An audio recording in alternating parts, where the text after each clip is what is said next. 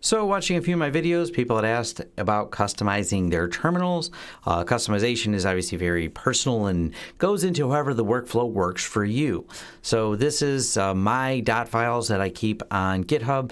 I keep them on GitHub, that way if I make any changes, or as I set up all the different Linux servers I do, I have the same process. I install the same dot files on there. And then I have GitHub set up on my main desktop here, so if I make any changes or go, hey, I like this better, I just then go ahead and push them back up here. So these are going to change from time to time. So whenever you're watching this, they're always going to be current.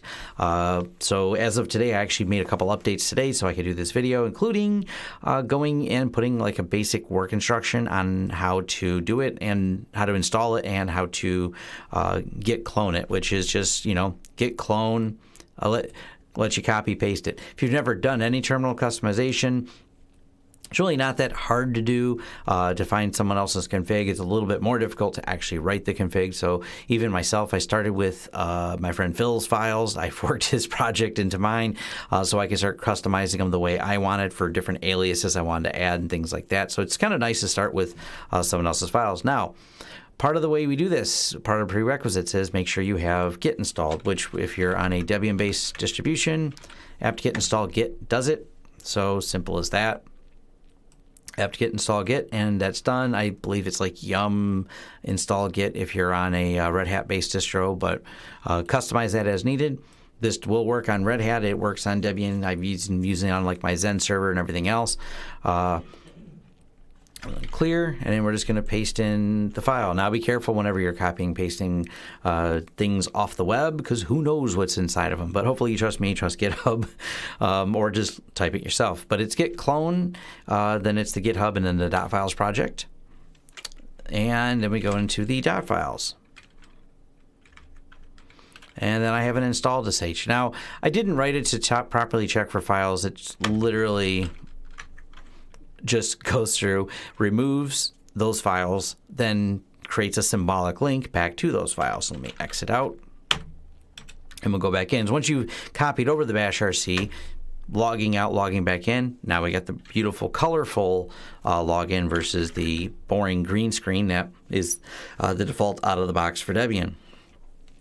So now that it's installed, quick customization. So if we go somewhere like Firelog, what else is in there? Installer.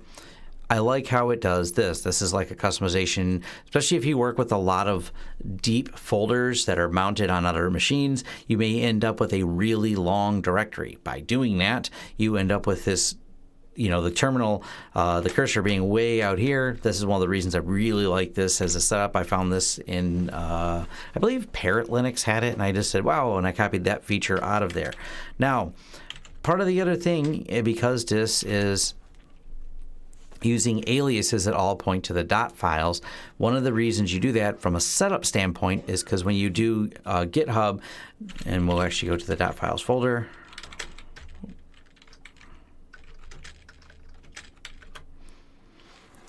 All the aliases in here, then we got the .git folder. Unfortunately, some people may try to actually put everything in here and push it from their home folder. The problem is if I do that, I would push everything in my home folder. This is how people accidentally do things like, oh, I forgot to put an exclude for my SSH keys, and they accidentally put their public keys in GitHub, and that's a horrible mistake. That's why it goes into a simple dot files. And if you wanted to customize it yourself, you could take this project, delete the Git and create it yourself and create your own dot files repository that this goes to. That way when you customize them, you can easily sync them between all the machines. But there's a couple other things in here you can look through. I got some customizations in here for tmux. Actually, these are completely Phil's. I just left his on there. It does things like puts the IP address down here for the server I'm remoted into. Has the date down here and time and which session it is. It looks nice. If you're not familiar with tmux, it kind of lets you have windowed terminals for things. It's a wonderful utility to be able to do this in. I really like it for watching logs and stuff like that, or watching processes, and when you're in one machine and you can disconnect and reconnect sessions. There's a YouTube channel called Learn Linux TV that can teach you all about how to use this. That's where I learned it from. He's a friend of mine, Jay. Does a great job on his tutorial for this. It's definitely one of the better ones out there, and how I've gotten better at doing things like this. Quit and then exit that one. But I just want to give people an easy way to load up the same customization. So if you want to make your terminal look like how mine looks, or you like this look in general, definitely really handy. I like the colorful. It definitely helps break out, all the things we see all the time, which is definitely definitely a challenge, because when you're looking at just a bunch of green text, it does kind of all get blurred together. So this, customized that. It also has some customizations. Let me open up this. For example, this is how it customizes Vim. Put some line labels in there. Shows you the file down at the bottom. Just some basic, help you out with a terminal. I may do some more terminal videos, things like that. I don't know. It's one of those things that I'm probably not the best teacher for. I use it all the time, but I don't necessarily have the best teaching on all of it. But if there's some need, or if people leave comments they'd like me to do some training on a specific area of the terminal, let me know.